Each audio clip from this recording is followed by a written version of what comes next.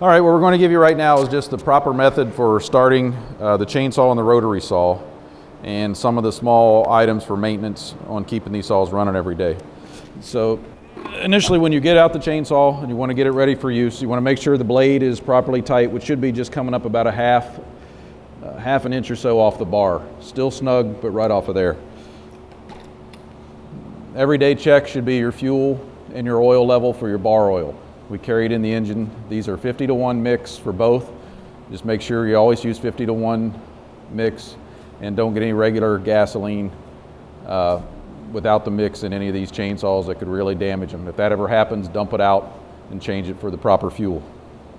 The next most important piece on the chainsaw and the rotary saw is they have a decompression button on the side of the block. It's a blue button. It's on both, actually every piece that we have like these.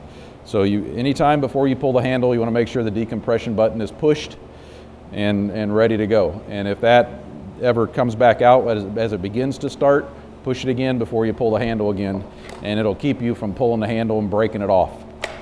So at that point, you're ready to start. You want to begin your day, or if they've set for a couple hours, by pulling out the choke. You want to set your throttle if it has a set point. The chainsaw does not, but the K12 does, and we'll show you that. You'll want to actually prop this down. If at all possible, be wearing any safety equipment. You're going to feel your need gloves or eye protection or something like that if you're going to be cutting. So you're going to want to actually pull this up and pull it until you hear it try to run.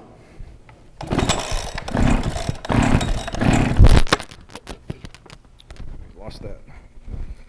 You're going to hear that little bit of a pop.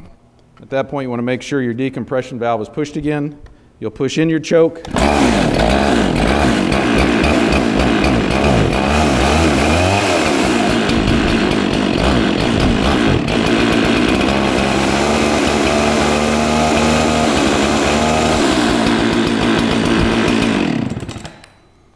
And everything will run proper. So it's a system of pushing your decompression, pull your choke, pull the handle, you'll feel the motor start to pop, push your decompression again, push in the choke, the next pull should be running, and this thing should be ready to go. You've got your hand brake to keep the chain locked when you want to carry this around so the chain's not moving, so nobody gets injured while you're moving the saw. Basically, that'll get this, should keep it running. Once you start it, we didn't do it for this video. Once you start it, try to keep it running for a few minutes. It's really better for them if they run a few minutes before you turn them back off again. We'll do the same example on the partner K12. This one has the same things, the decompression button on the side of the block.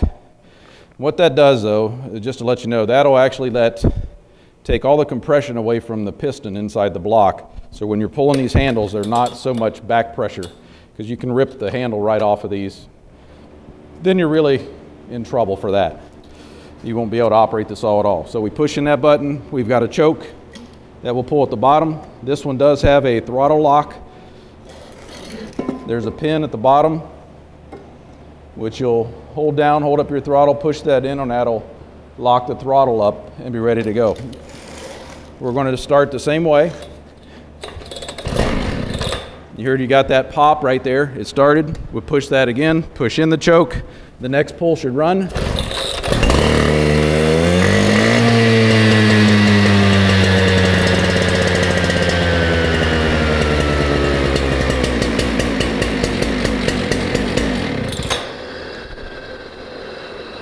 We'll go ahead and let this stop.